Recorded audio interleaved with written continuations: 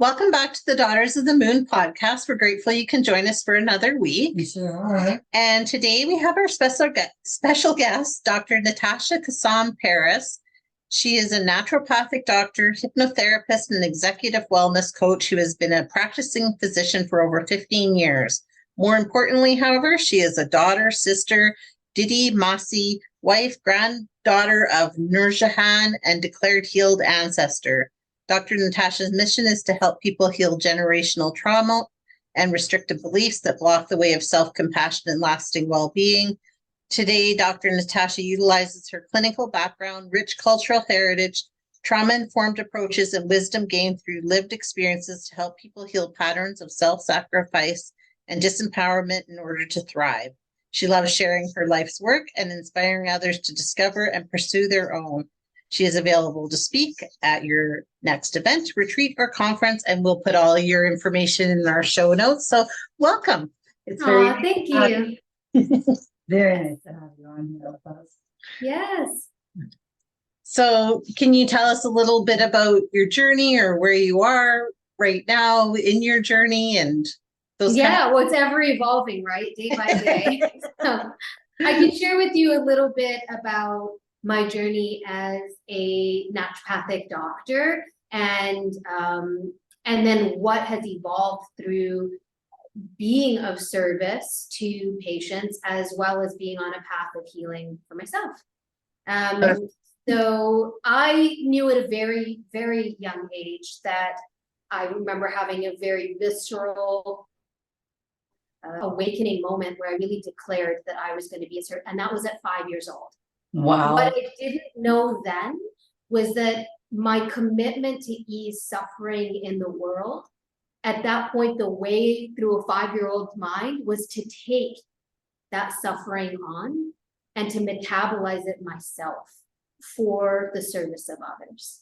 And what my journey as being a healer and naturopathic doctor who suffered from her own different types of health and mental health concerns, I quickly realized that that 5-year-old did not need to take on suffering in order to ease suffering. Yes. And so what I do now with my healing work is to use this integrative approach of primary care medicine, incorporating hypnotherapy and the wisdom from my culture and giving honor to the different indigenous wisdom that has influenced medicine in so many ways and healing modalities in so many ways. Mm-hmm. And I bring it back to helping people understand that they have their own autonomy of their energy, being able to know the beginning and the end, and really doing the work of compassion, right? Spring Washam shares that all wounds heal, they dissolve in the heart of compassion. And so much of my work is an honor to that and to learn how to distinguish my suffering from somebody else's. So that's a little bit of what got me here. That's nice. So you've been always very empathic then. And yes, taking on those feelings. And I think a lot of people nowadays seem to be dealing with that and trying to figure out how to navigate through being empathic and taking on other people's trauma and emotions and baggage in general. Yeah, exactly. I think that it happened well before my arrival. I come from a line of healers, but also a line and a culture that had significant traumas impacted upon them and then replicated internally, right? Because there's both. Yes. And so, at this point, it's a matter of helping people understand, yes, we want to be empathic or we want to sense and support and really connect with individuals, but we need to be able to distinguish our energy from somebody else's, and that when we're in somebody else's space where we don't have consent, we're actually negatively impacting their well-being as well as our own. So that's true. Yeah. Yes. How has that impacted you? I mean, that seems like that really resonates for you. Have you noticed that similar thing as being healers, empaths on your own journey of being able to discern, oh, somebody else's energies in my space, or I'm over here, not with me? Have you recognized that for yourself? Oh, absolutely. Actually, when I go into somebody's home and I'm doing something with them, I also, I always bless myself sort of thing. And I ask if I can bless them too. That Yeah. way, they don't have my energy as such and I don't have theirs. And we can Yeah. leave. And I always tell them, I don't want your spirits to come home with me. Right? And I don't want to leave any with you. So I like to do this to embrace on us, just have a pure session. So you don't have that, because as an empath, like you said, you can carry so many different emotions in a matter of minutes, even. And you really have to, get yourself grounded enough where you go, whoa, that's not taking place here. Yeah, yeah, it's a coming back to your own center and your own sense of belonging to the energy that is yours. Yeah, Yes. that's beautiful. That's wonderful that your clients are receiving that and that you really distinguish yours from theirs when you leave and even when you're in the process of doing your work. Thank you. Yeah, it's just something that we like to do. Even before we start our podcast, we always bless ourselves too, to make sure the energy is of goodness for all of us. We want you to feel comfortable, us to be comfortable at the same time, Yeah. and have no negative influences around us at all. So Yeah, great. Yeah, and I find when you're doing work, especially in a healing modality, but even in general life, just being in somebody's company, that if you've crossed that boundary or they've crossed yours, there's this kind of sticky feeling there. So then you kind of really know, hey, what's up? Who crossed whose, and how do we get this back onto an equal ground, that we're back into being in a community kind of thing, instead of I'm trying to heal you or you're trying to heal me in a way that is infringing on their rights. Yeah, absolutely. It really comes back to that place of consent. And that's what I'm hearing in what you're sharing, being able to ask for consent. And then the awareness to discern one's energy from another, that in and of itself is so much of a self journey, right? To be able to understand where I begin, where I end, and when something outside of me, another energy is in my field. You have to first know what your own field looks like, what you've declared it to be.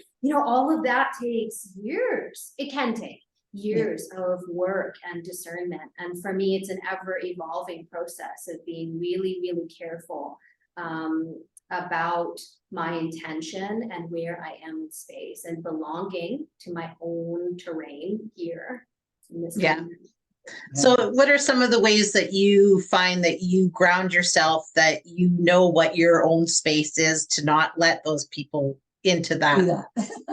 That's a beautiful question. Thank you so much for asking it. Yeah. I go through a set of practices. So the very first is familiar. You mentioned grounding already, but being able to create a fresh new grounding cord when I am first starting my day, but also in between my day and after interactions with individuals, to reset my grounding cord, make sure that it is a wide grounding cord that goes all the way into the crust of the earth. I use a lot of visualization, imagination, declaration to draw myself back and to clear whatever's in my auric bubble. And that's the next thing. I create my auric bubble and really visualize myself in a space, front and back especially, and to the sides, right? I feel like a lot of energy can come through the back of the neck and the back of the body if we're not careful. So really being aware of my space,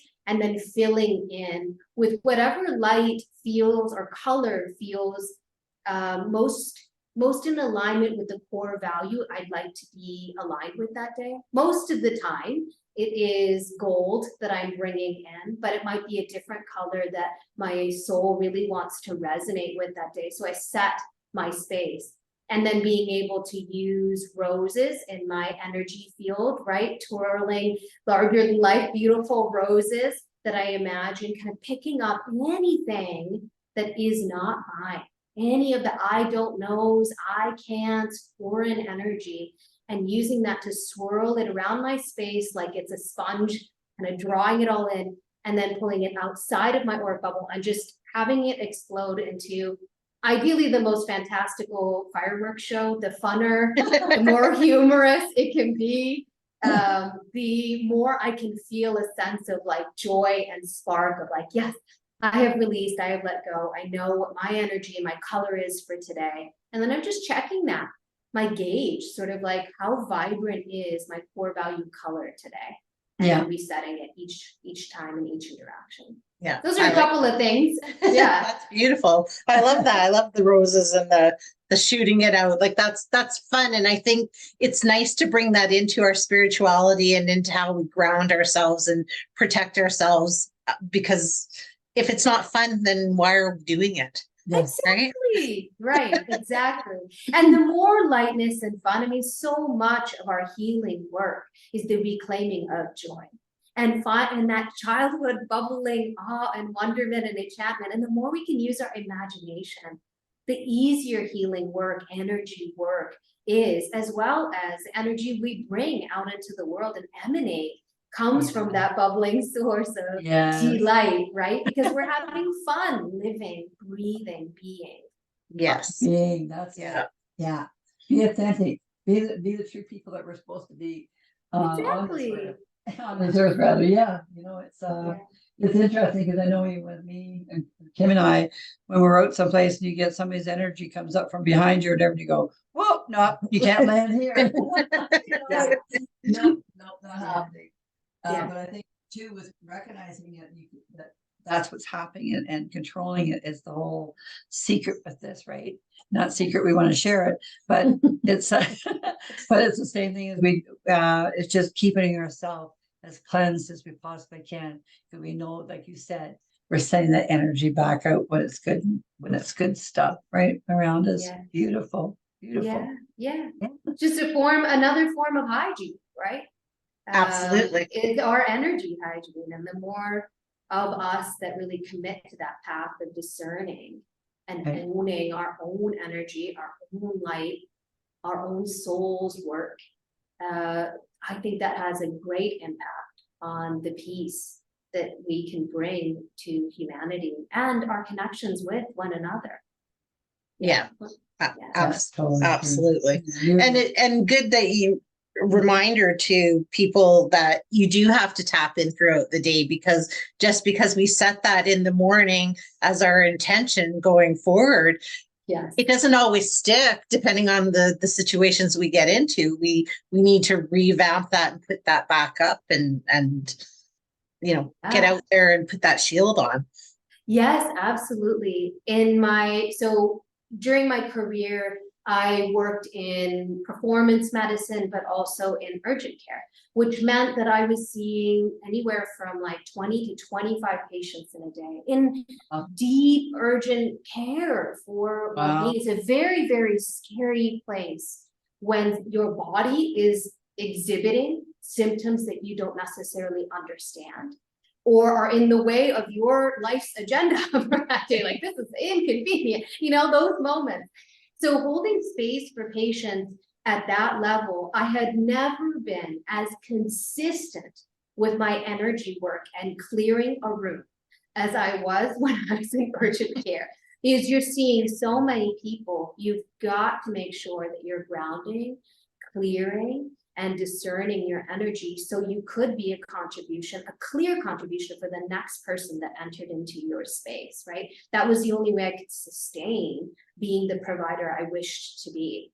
So when you're interacting with a lot of people, I feel like the practice of being able to do energy work becomes more and more vital for your vitality. Yeah. Yes, it does. Absolutely. And clarity. Yeah, exactly. Yeah. So do you have retreats and things like that you do now, or what do you do to embrace people and let them know what you're doing? Yeah, so I am in primary care practice and private practice. So I see patients in person, and then I also do telehealth.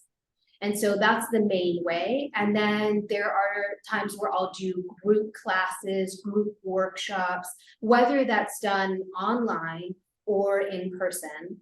And then sometimes I will, support or can be part of being in a retreat or helping in that way. So yeah, that's some of the ways in which I help people. I love group experiences. I feel like so much of the wellness field and so much of our, like the conventional models, they can become so siloed and the individual can feel very alone in that process.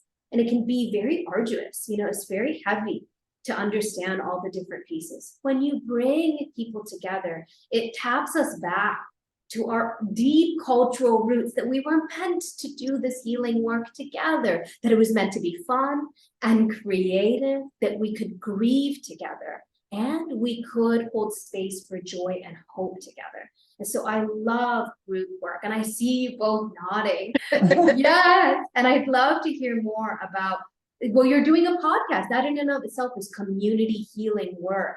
Do you also do retreats? Is that something that, and workshops, is that something that you feel really connected to? I haven't actually done a workshop, but I've been to many, and I really do. I love that community. I love that it's usually when you're in a situation like that, it's like-minded souls. You're there for the same reason, even if you're getting different things from it. I love that. That's something that we're talking about doing in the future. Yeah. And yeah, the podcast for us was definitely a way of getting it out there and getting information out to people that maybe are searching for some information, and, just different people to tell their stories and how they got there and how they put their light out into the world to be of service. So, yeah. Yeah, I've that's actually done some beautiful. things where I've been with groups, yes, and I do enjoy them. I have fun with them when I do. I find I have a really light side of myself that comes out, and because I'm giggly in that way anyway. And so that lighter side of me actually expands even more so when I'm in front of a group of people, and because I like to share, right? Share what I know and find out about people and what they're doing too. So yeah, I got one coming up just shortly here, and pretty excited about it. Yeah. Oh, that's wonderful. It's a charity thing, but I like doing charities as well. Yeah. Yes. Yeah. That's beautiful. Yes, absolutely. Yeah. It's definitely the season of, well, for me right now, I kind of name each season and put an intentional word or a value, that one of my values, like really concentrating on that.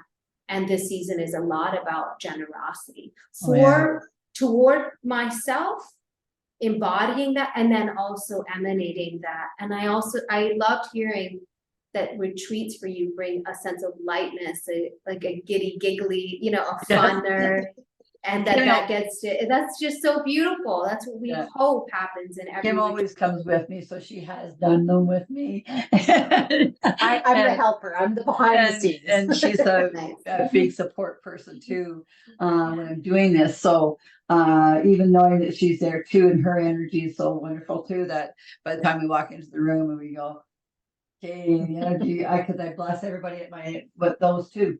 I like to bring out and do my Palo Santo, whatever, because I believe that people, once you bring out something like a Palo Santo or something, some people generate that goodness and kindness that come with it when you're passing it around, and they actually sense the ease that you're trying to push out to them.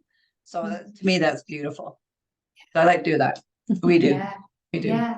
And it really awakens the senses and brings that sense of honor for the lineages that had this wisdom that we now get to use. And so there's a part of us, I feel like in our cells and our DNA, that's like, I remember.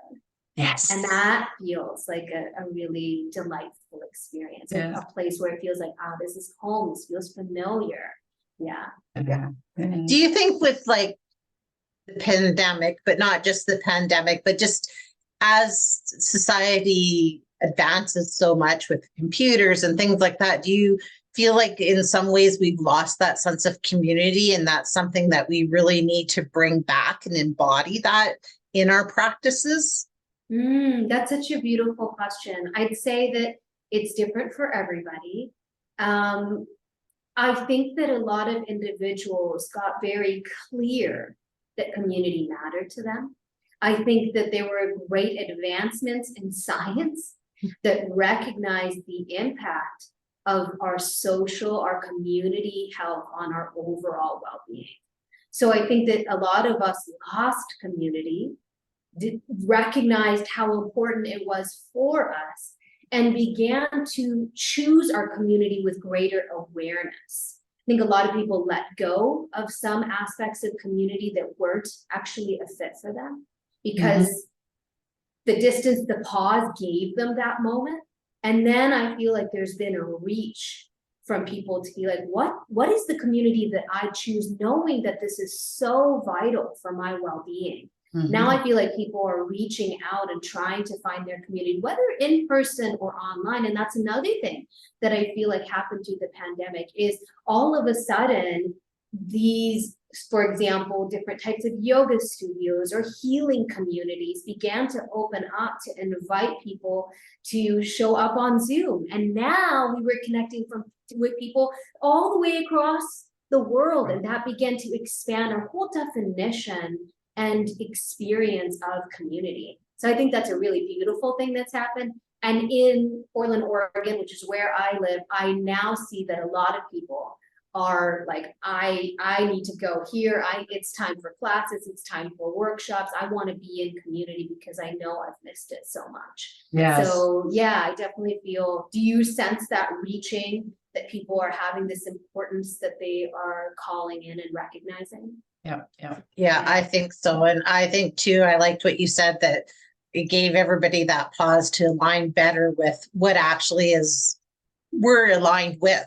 Because I think so often we throw ourselves into situations out of either obligation or boredom or whatever, and then we get into them and it doesn't align with our soul, and then we suffer for it. Yeah, we suffer. Exactly. Yeah, we do. Yeah. Being around energies that are supportive, that are on that same, but we're aligned to the same values.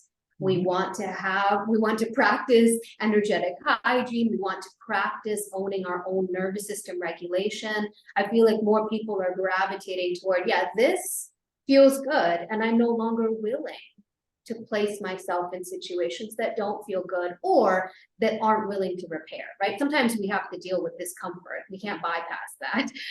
But if that community, right, that community is willing to speak into repair, that's beautiful. And if they're unwilling to do that, then it feels like, okay, I've got to choose whether or not this really is in the best interest for both of us. Absolutely. Yeah. That is so true. Yeah. I forgot what it was. It's okay. It will come back. Yes. Yeah. It always does. Yeah. Exactly. I love that. I heard that line from a particular hypnotherapist who did a lot of memory work. Okay. And I love that they said to themselves, it always comes back. It always does. And I just love that line. So you just reflected something that sparked a fun thing that I learned from somebody too, and you picked up as well. It's a great way, what we say to ourselves, what we say out. True. Right. It's I think too, with my maturity in life and things like that, you always worry about, if you start forgetting things. And so at first I was panicking about it. Oh, like there's dementia in my family and that kind of thing. And then I thought, why do you do that to yourself? Because that, you forgot it for a second. And then I go, because you've had so much in your mind, woman, and it'll come back. Don't panic. It'll come back. And it does, which is bring it to having these podcasts and talking to people like yourself, and that, like, we're so inspired at the end of the podcast, like both of us were just like, wow, and we were like worried what we learned and things like that. And the feeling is so overwhelming and beautiful, each time that we celebrate that once we're finished. It's beautiful. It's just a lovely, so lovely to speak to people like yourself. Yeah, and you have such a positive and happy, energetic energy and aura around you that's nice, because when we're putting that out to the followers, they're getting that energy too. And I think the more that we spread that energy out into the world is a really good thing. It helps alleviate a lot of the negativity in the world. Yes, absolutely. We're so conditioned. It's such a habit, and our brains are sort of equipped to look for the negative. So Yes. to be on a consciousness path is to stay committed to the path of joy. You know, that's a big part of it. And that it's so powerful when we have that, like, I'm claiming my joy, I'm claiming my delight in life. Like, that is such great medicine. And it starts to shift the tendencies for our brain to go toward the negative and move toward the more optimistic, that stance, that and the awareness of what a miracle this world and this life is, and our ability to interact with one another. This heart-to-heart soul exchange is such a miracle, such a gift. And when we are so wrapped up in the negative, we lose sight of the beauty that's right here in front of us. It's Yeah. true. Yeah. Because when it's negative, we even get into that moment where we should be doing the ha-ha moments, right? Yeah. It's pretty easy. Yeah. Trying to, people can bring you down so fast. And around you too. So yeah, you try to remember those aha moments. Aha. That's what Yes. I need to be for today. Yeah. And it's not to say that we don't experience or deny the traumas, the griefs, the tragedies that are happening in the world, whether they're right close, happening right now in our own world, in our own life and relations, or just outside our sphere, right? Or in other parts of the world. It's not in denial of that, but it's wholeness. It's the ability to recognize all and to centralize joy. Yeah. As a source of power, as a source of hope, as a source of healing that we then bathe over the grief, the tragedy, the pain, the suffering. That is also valid and part of our human experience in this world. So it's not denial, but it is embrace.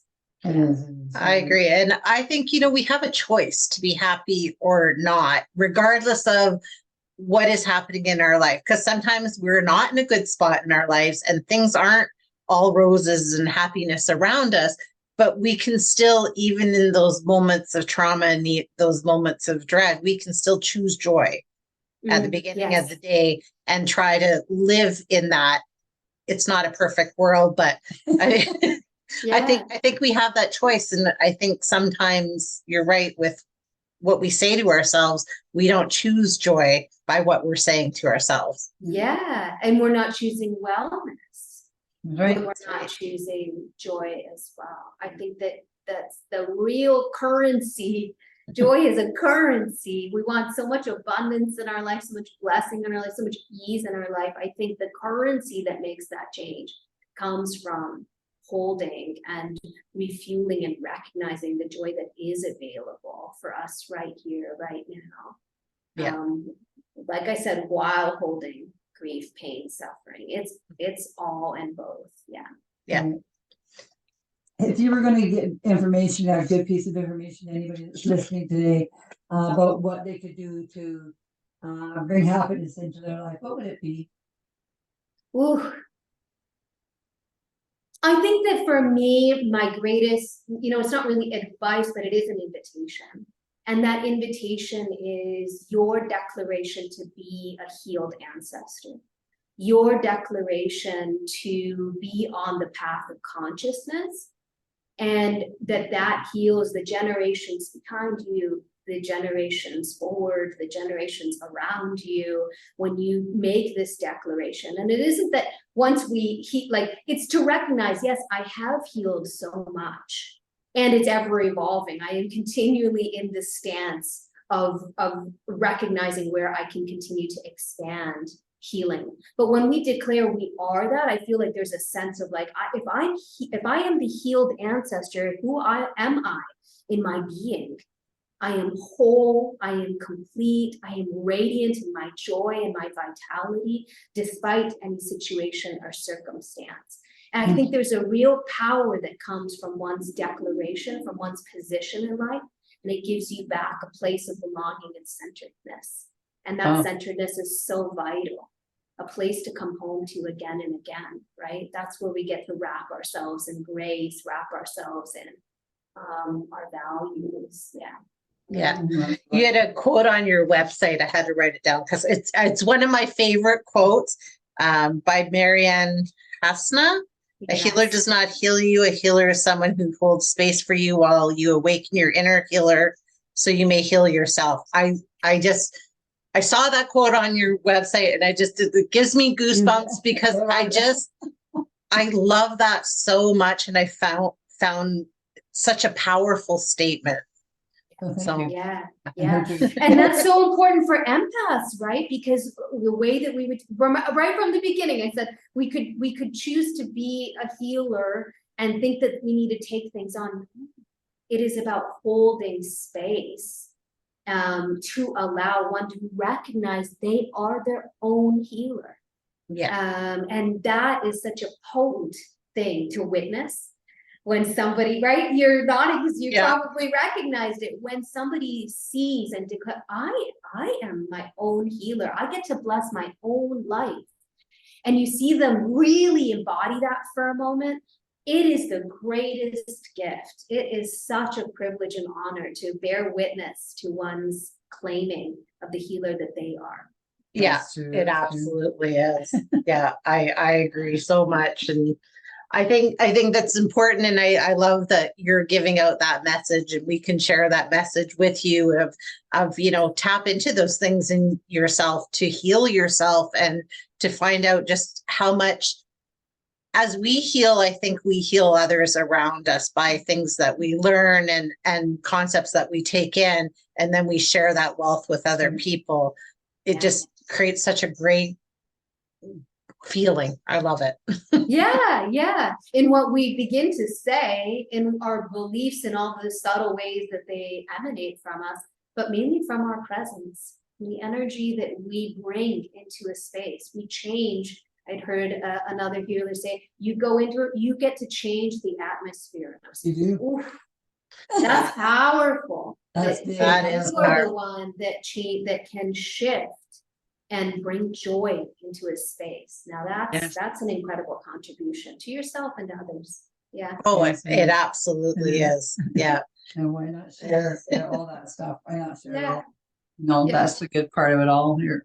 Oh, it is. And I'm a big believer. Like I really love the grateful practice and affirmations are my big thing. And I love tapping into those. And I generally do them in the morning because for me, it just sets my day and it's amazing we have so much to be grateful, everything really. So it's so nice to actually, for myself, to put pen to paper and say those and say the affirmations. And then I collect them as I go and I'm listening to people and you get the messages and it's like, oh, I better add that onto my affirmation list. I don't know how long it will get, but I love it. Yeah. Affirmations are so potent. Yeah. They really speak to your soul. And it's funny when I'm doing them, some days, some resonate more for me than other ones do. And it kind of gives you a perception of where you are in that day and in that moment and how that's going to transpire into your day. Yeah. And speaking right into that, of those moments where it's really easeful to embody the affirmation, and then recognizing those moments where there is resistance. And that's part of a great part of the healing of, there's resistance with this affirmation. I get to explore that further. What part of me is a no to receiving in this area? And you get to delve deeper into what's present and feel your way through. And then to the point where you move through it, all the ickiness, you feel through it, you get clear about what actions you need to take. And then the next day or the next week, right, you say that affirmation again and you feel it really getting into your cells and radiating out. But it's really, the resistance is an invitation to inquire into what is present and what's in the way of your embodiment of these messages of wisdom. Yeah. Well put. Yeah. Yeah. Well said, yes. I like to put them around my house too, so that when people open a cupboard, they're there. And then, Post-it notes. you know, and then it's like, even if they just read it and are like, especially company or something, like, What the hell? why would she have that in there? It gives them pause to think, right? To just in that second, just let their mind see if it resonates with them or not. So I like to do that just to mess with people's minds a little bit. I love it. And it's also they're a part of their soul has got to remember. And in their moments of struggle or pain or drifting off into thought, they might have a moment of remembering the cupboard that they opened and what they read, or inquiring, why would she put that there? I mean, the brain is constantly working, right? So it may bring up questions for them. And that's a beauty. You're basically an invitation that you're giving them when they get to read that. Of like, wow, all sorts of questions get to come up. That curiosity is so powerful. Yeah, exactly. We're good with our post-it notes. Yeah, I love it. Notes all over the place. And, one in my bathroom, you open up the bathroom cabinet, it says, "Good morning, beautiful, smile." And my granddaughter says to me, "Grandma," and I said, "Well, makes you smile, doesn't it?" I guess. Yeah, that's awesome. I love it. And what a great example for your granddaughter, right? That's going to stay with her. Yeah, it will. And it does, because Kimmy's very good. She's raising her granddaughter here, and she's got all these affirmations all over the place. So this young girl, it's hard for her to get mad. Nice. But there is a lot of eye rolls because she is a teenager, right? Right. And that's okay. That's part of it. That age is where we really are discerning, you know, when we're toddlers, but also again in adolescence, what is our yes, what is our no, kind of going against, where are our boundaries, where are our margins. But it's all sort of seeping in, and the things that speak to our soul will be with us in those dark days, those dark moments. This wisdom will come back and comfort them. It will bring them embrace at a time when they may feel alone. Yeah. And we need that, right? We need that thing to draw, and that gives us that comfort around us while we're trying to navigate through this crazy thing they called life. Yes, exactly. Lifing. Yes. Mm-hmm. Yeah, so it's wonderful to talk to you. You were very positive about things, and that's what we're trying to generate out to the world is, you know, try to be as positive you possibly can be in a day, because it'll just make your world that much easier for that day anyway. And one day at a time, like you said, forever, you know. That's where your wishes are made, and that's where you make successes happen, right? By that. So it's all wonderful. Thank you so much. Thank you for having me. Thank you for engaging in this beautiful conversation together. Oh, well, we appreciate you being on. Can you tell everybody where they can find you? Sure. My website is drnatasha.net, so drnatasha.net. And so you can find out an information there. And then my Instagram handle is very long, my name, the Dr. Natasha Kassam Paris.